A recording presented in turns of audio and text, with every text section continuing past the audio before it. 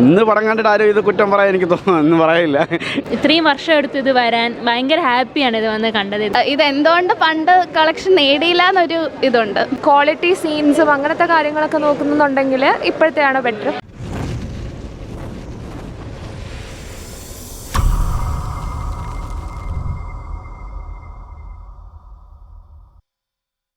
Super.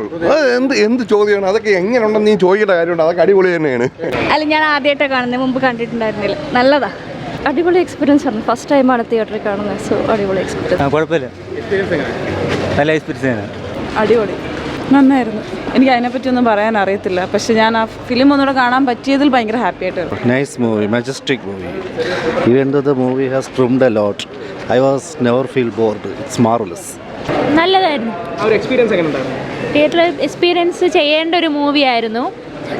ഇത്രയും വർഷം എടുത്ത് ഇത് വരാൻ ഭയങ്കര ഹാപ്പിയാണ് ഇത് വന്ന് കണ്ടതിൽ തന്നെ.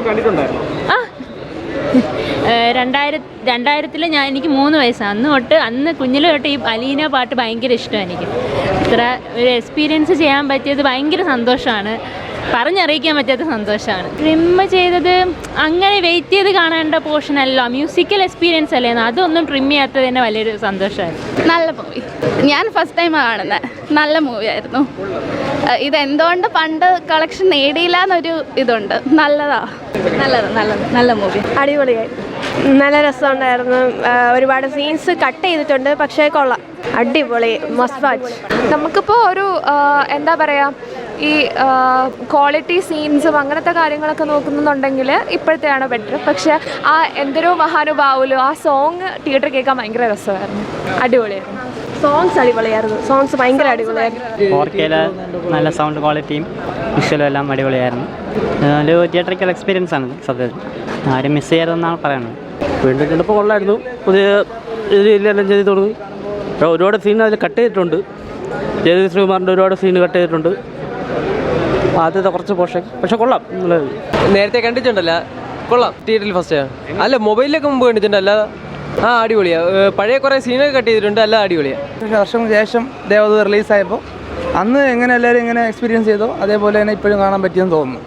നല്ലൊരു സൗണ്ട് ക്വാളിറ്റിയും പിക്ചർ ക്വാളിറ്റി എല്ലാം അടിപൊളിയായിരുന്നു. വർഷങ്ങൾക്ക് ശേഷം ഈ പടം വീണ്ടും കണ്ടപ്പോൾ ഭയങ്കര അത്ഭുതമായിട്ട് തോന്നുന്നു. ഞാനന്ന് വളരെ 25 വർഷത്തിന് മുമ്പേ കണ്ടതല്ലേ, ഇന്ന് ഭയങ്കര ക്ലാരിറ്റി ആയിട്ട് കണ്ടു. പിന്നെ പടത്തിനെക്കുറിച്ച് പറയേണ്ട കാര്യമില്ല, നമ്മൾ ഈ പടം ഒരുപാട് വട്ടം കണ്ടതാണ്.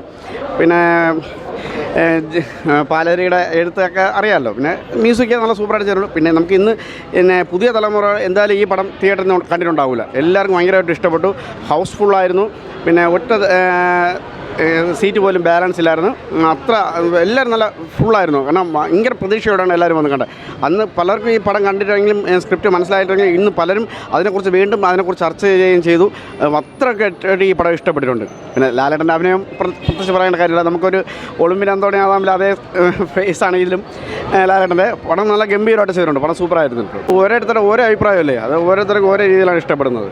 പടം എന്തായാലും നന്നായിട്ടുണ്ട്. പിന്നെ അത് പറഞ്ഞാൽ വർഷങ്ങൾക്ക് ശേഷം ഈ റിലീസ് പലരും ഇത് മോശമായിരിക്കും, അത് ശരിയാവത്തില്ലെന്നത്. പക്ഷേ ആർക്കും അത് അങ്ങനെ ഒരു ഫീൽ ചെയ്തില്ല. ഒരു പുതിയ പടം കണ്ടിറങ്ങുന്ന ഫീലാണ് വീണ്ടും ഉണ്ടായിട്ടുള്ളത്. 25 വർഷത്തോളം പഴക്കമുള്ളതല്ലേ, പക്ഷേ ആർക്കും അങ്ങനെ ഒരു ഫീൽ ഉണ്ടായിട്ടില്ല. പുതിയൊരു പടം കണ്ടിറങ്ങുന്ന ഫീലാണ് എല്ലാവർക്കും ഉണ്ടായിട്ടുള്ളത്. പടം നന്നായിട്ട് ചെയ്യുന്നുണ്ട്. പഴകുന്തോറും വീര്യം കൂടുന്നതിന് അങ്ങനെ തന്നെയാണ് വരുന്നത്. കാരണം അത് പടം കാണുമ്പോഴേ നമുക്ക് അറിയാൻ പറ്റുള്ളൂ.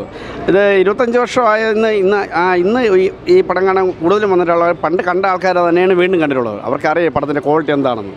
ഇന്ന് പടം കണ്ടിട്ട് ആരും ഇത് കുറ്റം പറയാൻ എനിക്ക് ഒന്നും പറയില്ല.